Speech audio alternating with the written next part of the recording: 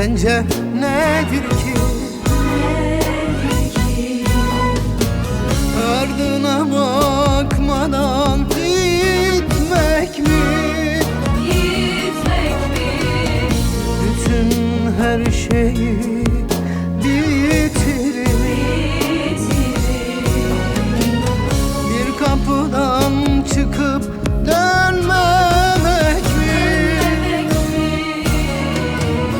Ben bu yarayla yaşarım, kimden geldiğini hatırlarım. Ama sen bir vicdansızın yüreğinle kim vurdu ya gideceksin.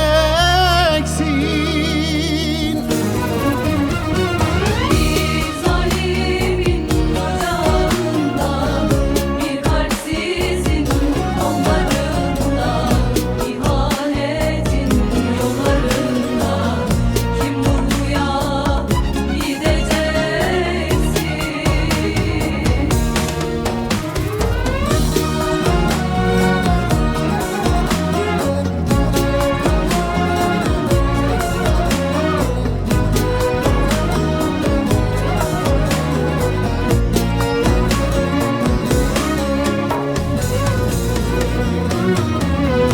Bugün yokluğunun ilk günü.